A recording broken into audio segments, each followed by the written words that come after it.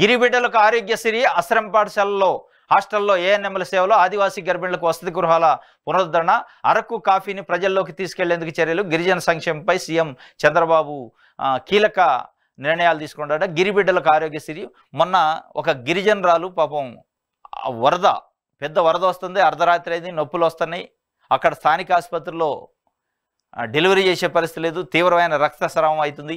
అప్పటికప్పుడు 12 గంటల 50 నిమిషాల ప్రాంతంలో ఆ స్థానిక తహసీల్దార్కి అక్కడ ఉన్న కొంతమంది ఫోన్ చేస్తే ఆయన స్పందించి ఒక మానవతా దృక్పథంతో మధ్యరాత్రి అయినా కానీ పోలీసులను కూడా ఎంటబెట్టుకొని అక్కడ నుంచి ఈ మరబోట్లు నడిపే నిపుణులను పట్టుకొచ్చి ఆమెను ఎట్లాగో ఒడ్డుకు చేర్చారు. మొత్తానికైతే ఆమె ప్రాణాలు కాపాడారు, బిడ్డ ప్రాణాలు కాపాడారు. ఇది చూసిన తర్వాత నిన్న చంద్రబాబు నాయుడు గారు ముఖ్యమంత్రి దానిపైన సమీక్ష చేశారు. ఇట్లాంటివి జరగవద్దు, అసలు డోలీలు అనేది కనపడవద్దు, తప్పనిసరిగా గిరిజన గుడాల్లో గిరిజన తండాల్లో అక్కడనే హెల్త్ సెంటర్స్ పెట్టాలి, వాళ్ళకి అంబులెన్స్ వ్యవస్థను పెట్టాలి, తప్పనిసరిగా వాళ్ళ ప్రాణాలను కాపాడే పరిస్థితి ఉండాలని చెప్పి ఆయన చాలా కఠినంగా గిరిబిడ్డలకు ఆరోగ్యశ్రీ ఇవ్వాలి మనం అని చెప్పి ఒక వార్తనిచ్చారు. ఇంకోటి త్వరలో కానిస్టేబుల్ నియామకాలట వైకాపా హయాంలో అర్ధాంతరంగా ఆగిపోయినవైనా నియామక ప్రక్రియ పునరుద్ధరణకు న్యాయ నిపుణుల అభిప్రాయం తీసుకున్న ఎన్డీఏ ప్రభుత్వం ఆగస్టు నెలాఖరులోగా షెడ్యూల్ ఖరారుకు అవకాశం. త్వరలో కానిస్టేబుల్ నియామకం అట. చంద్రబాబు నాయుడు గారు ప్రభుత్వంలోకి వచ్చాక భర్తీ చేస్తాం ఉద్యోగాలు దాదాపు లక్షల సంఖ్యలో అని చెప్పారు. ఒక సంవత్సరానికి 4 లక్షల చొప్పున 5 సంవత్సరాల్లో 20 లక్షల ఉద్యోగాలు భర్తీ చేస్తా అనేది ఒక హామీ ఇచ్చారు. ఇంకొక హామీ ఎంతమంది నిరుద్యోగులు ఉంటే అంతమందికి ఉద్యోగం వచ్చే వరకు నిరుద్యోగ భృతి ఇస్తాం. ఈ 2 ప్రధానమైన నిరుద్యోగులకు సంబంధించి హామీలు ఇచ్చారు.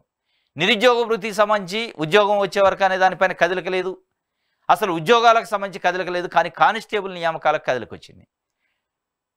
అంటే రాజకీయ నాయకులు కాపలా కాయడానికి ప్రజలకు సంబంధించి కొంత రక్షణ వ్యవస్థ కోసం అయితే పాటుపడదు. ప్రధానంగా ఏ గవర్నమెంట్ ఉన్నా పోలీస్ వ్యవస్థను రిక్రూట్ చేయడానికి, పోలీస్ కానిస్టేబుల్ పోలీస్ స్టాఫ్ని రిక్రూట్ చేయడానికి ప్రధానంగా ప్రాధాన్యత ఇస్తుంది. కానీ మిగతా రంగాలు రెవెన్యూ కావచ్చు, పంచాయతీరాజ్ కావచ్చు, మున్సిపాలిటీలు కావచ్చు, ఇరిగేషన్ కావచ్చు, మిగతా అనేక శాఖలు ఉన్నాయి. Tribal welfare, social welfare, BC welfare, అనేక శాఖల్లో కొన్ని వేల మంది అవుట్సోర్సింగ్ ఎంప్లాయీస్తో నడుతున్నాయి.